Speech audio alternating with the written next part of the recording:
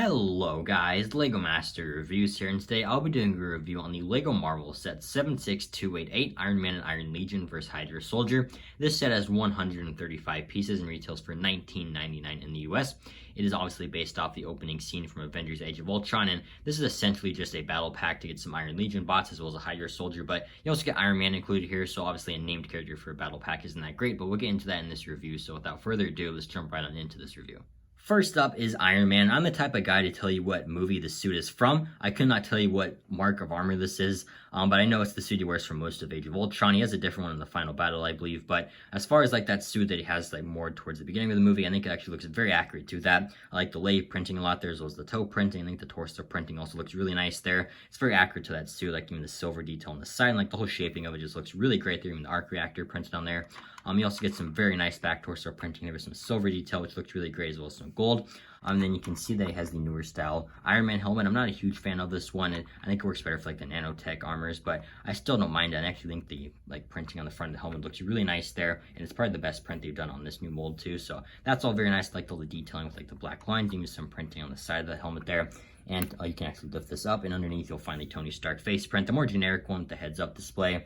And you also get a face print on the back there with the normal Tony Stark face. You don't get a hairpiece included, sadly, but you do get quite a few accessories with these like translucent studs on his hands, as well as these kind of like cylinders on his feet. And you also get this power effect included here. You just attach it to his hand. And I believe this was introduced in the Homecoming set, so it's still funny that it's being used to this day. But like I said, you just put it in your minifigure's hand, and then you just fire it off like that. So that is very cool, and it's nice that they included that, and you get quite a few in the set, so you can give some to the Iron Legion as well. But overall, I think this is a great Tony Stark minifigure. It's not exclusive to this set.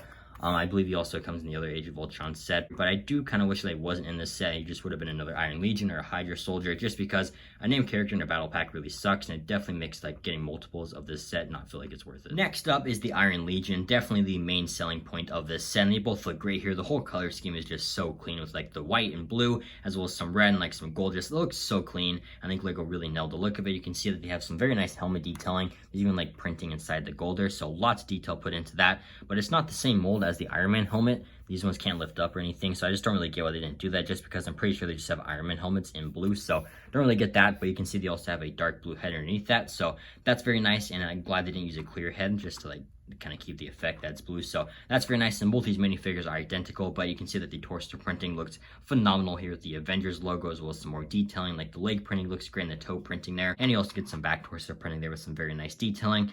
You also get some translucent blue accessories that Iron Man also came with, and you can also give them these like power effects if you wanted to. But again, overall, I think these minifigures are phenomenal. It's so good to see the Iron Legion back after all these years, and like my only real complaint would be that we didn't get more in this set. And last up here is the Hydra Soldier, and I actually think this is a very underrated minifigure. I love the like little bits of camo he has on his torso, as well as like even like the purple and gold looks very cool. I also think the printing on the visor is very nice. You even get some back head printing, which is also really cool. And like with the helmet, you wouldn't even notice that, but you do get that. And you even get the Hydra logo printed on the back, which is very detailed and more like camo. So overall, I think the minifigure itself is very cool. I think the like little gun he includes is way too oversized. It just kind of looks ridiculous, but there is a stud inside, and you just push the little like lever down, and the stud will fire off. So you can do that, but again, it's just way too oversized for like a minifigure. I'm not quite sure why they included that, but still, I like this minifigure a lot, and like the little details on him just look very cool. But overall, I think the minifigure selection here was so close to being perfect. The two Iron Legion minifigures are sick. The Hydra Soldier is surprisingly cool, but Iron Man should just not be in here. When you're making a battle pack, a named character should never be here, and it really sucks, especially since this minifigure is not even exclusive. He also comes in the other Age of Ultron set in this wave, so it just, again, really sucks, and I really think that should have been another Iron Legion minifigure or Hydra Soldier, and that is by far the biggest flaw of this set. But now taking a look at the main build of the set here, you can see it is very small. It's kind of like this little fortress here, just like little wall kind of guarding something, and I think it actually looks pretty cool. I like the aesthetic of like the snow and like the dark green leaves to look very cool there. You can kind of get like the white pieces all around the set, so that's all very nice. You can even get these pieces here in the walls to kind of look like the snow is like kind of dripping off, which is so cool. I just love that a lot as well. I think the brick pieces look pretty cool. Even the windows look very nice. And you also get a lot of like kind of like slope pieces and curved pieces here, which is also just a really clean look. And you can see on the inside here that there's like these little gaps here where the windows are, but you actually can't fit a minifigure like just taking the Hydra Soldier, like you'd have to like take his arms off him, but then he wouldn't be tall enough. So really weird there. Like you think you can put a minifigure, but you really can't. You also get on this side like a little place to put the soldier's gun there. So that's really nice little detail. And you also get a platform to place your minifigure, or you can even place them on the studs if you want, but you can see that they're controlling this gun here with a printed like tile there, which is a pretty generic one. You've seen it in a bunch of Star Wars sets before, but you do get that. And this is also rotatable, which is pretty cool. And you can see that it also moves up and down if you want to. So that's very cool. And you can have them like shooting out like Iron Man or one of the Iron Legions. And you can see that it is a stud shooter, obviously. So you just fire it off like so. That one actually really far, but you can see, like I said, they're just stud shooters.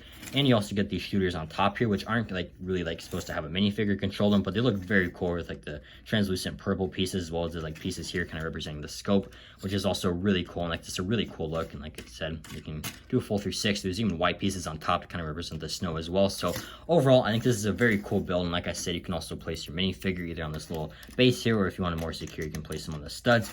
And he looks pretty cool, kind of like mounting up, defending his place from Iron Man. So overall, I think as far as like a $20 build, it's pretty cool, and it's a really fun, just like really simple build that I feel like kids will have fun with, but it's also just a really satisfying and small build for big LEGO fans like me. But that's going to do it for my review on the LEGO Marvel Iron Man and Iron Legion vs. Hydra Soldier set. Overall, this is an almost perfect set. The only thing that holds it back is the Iron Man minifigure, and he's still cool, and if you're only going to get one copy of the set, not the other Age of Ultron set, this is a great set, and I highly recommend picking it up. And even if you are going to get multiple copies and have the other Age of Ultron set, it's still a great set. I think $20 is very fair. The figures are still very cool, and like the build itself is also just a really fun, like really cool looking build, and like it's also very army buildable. You can make like a little square, like a little fortress with these. So overall, an almost perfect set. I give it a 9 out of 10. The Iron Man minifigure is the only thing holding it back.